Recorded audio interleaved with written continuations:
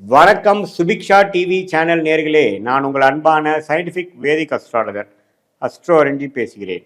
நல்லது நினைப்போம், நல்லதே நடக்கும். இந்த வீடியோவில் நம்ம என்ன பார்க்க போறோம்னா, விருச்சிக லக்னம் விருச்சிக ராசியில் பிறந்த உங்களுக்கு எதுமாற கிரக சேர்க்கை சாதகமான ஒரு கர்மாவை கொடுக்கக்கூடிய கர்ம பலனை திருப்பி கொடுக்கக்கூடிய ஒரு அமைப்பாகவும், சாதகமற்ற கர்ம பலனை திருப்பி கொடுக்கக்கூடிய அமைப்பாகவும் வருகிறது. எந்த கிரகம் யோக கிரகமாக விருச்சிக லக்னம் விருச்சிக ராசியாக உங்களுக்கு வருகிறது, எந்த கிரகம் அவயோக கிரகமாக ரொம்ப கவனமாக இருக்கக்கூடிய தசையாக வருகிறது, அது எதுமாற ஒரு காம்பினேஷனில் இருந்தால் நல்லது இருக்கும், ஓரளவுக்கு சமாளிக்கலாம். எதுமாற காம்பினேஷன் இருந்தால் நம்ம போட்டு நம்மளை படுத்தும், ரொம்ப கவனமாக இருக்கணும். அப்படிங்கிறத நம்ம 18 வருஷம் எக்ஸ்பீரியன்ஸ் ஆகிய சயின்டிஃபிக் வேதிக் அஸ்ட்ராலஜி முறையில் நம்ம எதையும் மிகைப்படுத்தாமல் உள்ளது உள்ளவாறு நம்ம பார்க்க போகிறோம். இப்போ பாருங்க, இந்த விருச்சிக லக்னத்துக்கு மிகவும் முக்கியமான கிரகம் குரு, அதுக்கு அடுத்தபடியான மிகவும் முக்கியமான கிரகம் சந்திரன்.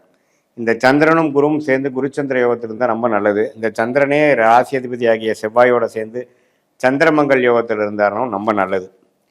ஸோ இதே பாருங்க, உங்களுடைய அந்த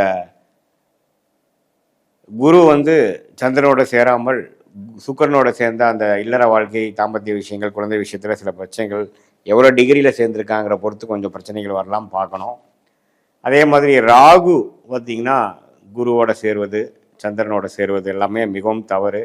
நம்மளுடைய கர்மாவை அப்படியே தவறான ஒரு அமைப்பாக மாற்றக்கூடிய அமைப்புகளாக இருக்குது. கேது சேர்வது தப்பு இல்லை. அதே மாதிரி சூரியனும் சனியும் சேர்வது மிகவும் புத்திர தோஷம், தொழில் அமைப்புக்கு நம்ம தோஷத்தை கொடுக்கக்கூடிய அமைப்பாக நம்ம எடுத்துக்கொள்ளலாம். அதே மாதிரி ராகு எந்த கிரகத்தோடு சேர்ந்தாலும் பாதிக்கிறாருங்கிறது தெரிஞ்சுக்கணும். அதே மாதிரி செவ்வாய்ங்கிற கிரகம் புதன்கிற ஒரு கிரகத்தோட அட்டமாதிபதியோட சேராமல் இருப்பது நல்லது. சேர்ந்ததுன்னா ராசிக்காரர் அதிபதியாகிய நீங்களே ஒரு மாறுபாடான எண்ணங்களும் கிளாரிட்டி இல்லாதவராகவும் சில பிரச்சனைக்குரிய ஒரு செயல்பாடுகள்னால வாழ்க்கையில் நிறைய கஷ்டப்பட வேண்டிய அமைப்புகளாகவும் வரக்கூடிய அமைப்பு இருக்குங்கிறது நம்ம தெரிஞ்சுக்கணும். ஸோ விருச்சிக ராசி விருச்சிக லக்னத்தில் பிறந்தவங்களுக்கு நம்ம எப்படி சொல்கிறோம் அப்படின்னா, இது ஒரு குரு சந்திரன் இது மாதிரி நல்ல காம்பினேஷன் இருந்தால் நல்ல அற்புதமான ஒரு பலன்கள் கொடுக்கக்கூடிய அமைப்புகளும், வாழ்க்கையில் முன்னேறக்கூடிய அமைப்புகளும், செல்வ செழிப்புகள் குறைவில்லாத அமைப்புகளும் இருக்குது. அதே சமயத்தில் புதன்கிற கிரகம் வரக்கூடாத கிரகமாக இருந்து செவ்வாயோட சேர்ந்து ராகுவோட சேர்ந்து புதன் திசை வந்ததுன்னா அவ்வளோதான். ஆயுசு விஷயத்துக்கு, பொருளாதார விஷயத்துக்கு, அசிங்கம் கேவலம் மம்பு வழக்குகள் எல்லாமே கொஞ்சம் பிரச்சனையாக வரும் அப்படிங்கிறத நம்ம தெரிஞ்சுக்கணும். ஸோ மற்றபடி ஓரளவுக்கு நல்ல ஒரு யோகமான ஒரு அமைப்பு தான் நமக்கு இந்த குரு சந்திரன் அப்படிங்கிறது கொடுக்குறார். அதே மாதிரி புதன் ராகு சனி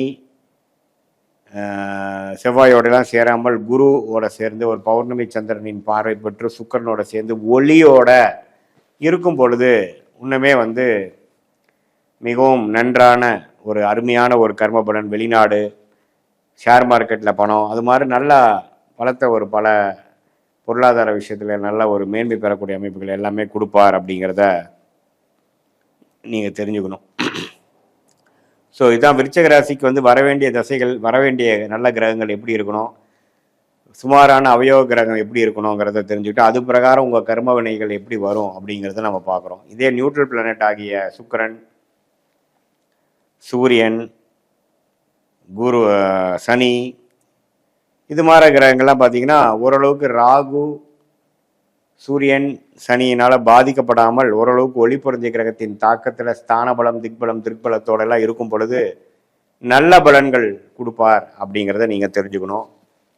நம்ம இந்த சயின்டிஃபிக் வேதிக் அஸ்ட்ராலஜியில் எதையுமே மிகைப்படுத்தாமல் உள்ளது உள்ளவாறு ஒரு கிரகம் ஒன்று இப்படி இருந்தால் எப்படி இருக்கும் அப்படிங்கிற ஒரு அமைப்பை நம்ம பார்த்துட்ருக்கோம்.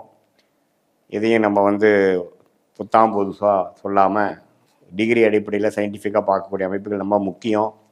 இது பொதுவான பலனை தவிர உங்களுடைய ஜென்ம ஜாதகத்தில் நம்ம பிறந்த தேதி, பிறந்த நேரம், பிறந்த உரை வைத்து போடும் பொழுது நம்மளுடைய அமைப்புகள் எப்படி இருக்குது, எது மாதிரி ஒரு கிரக அமைப்புகளும் ஜாதகத்தில் இருக்குது, எந்த டிகிரியில் இருக்குது, எந்த மாதிரி ஸ்தான பலம், திக்பலம் இருக்குது, ஒன்றுக்குள்ள டிஃப்ரென்சஸ் எப்படி அப்படிங்கிறதெல்லாம் நம்ம தெரிந்து கொண்டு அதுக்கு தகுந்த எது மாற யோகமான துறை, எந்த கிரகம் அதிகமாக வலிமையாக இருக்கோ அந்த கிரகத்தின் யோகமான துறை படிப்பு நமக்கு பலன் கொடுக்குங்கிறத தெரிஞ்சுக்கிறோம்.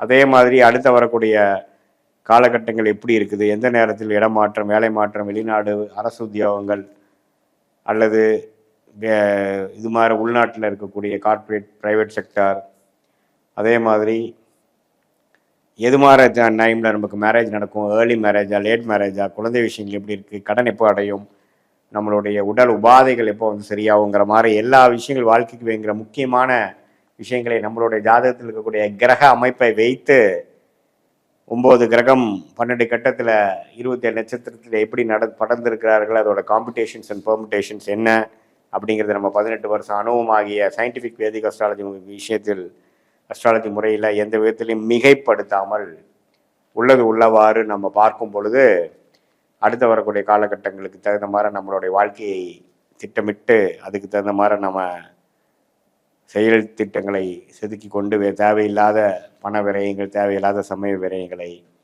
தவிர்த்து நம்ம வாழ்க்கையில் நம்ம ஒன்று செய்யும் பொழுது வாழ்க்கையில் நம்ம வந்து எதிர்நீச்சல் போடாமல் எளிதில் வெற்றி பெற முடியும் என்று சொல்ல விரும்புகிறேன். மீண்டும் மற்றொரு காணொலியில் சந்திப்போம். நன்றி, வணக்கம்.